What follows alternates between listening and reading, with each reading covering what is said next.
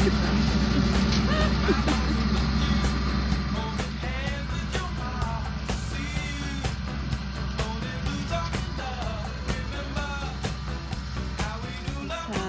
to get all the front area cut so we can divide them into sections and run the sheep rotational grazing style.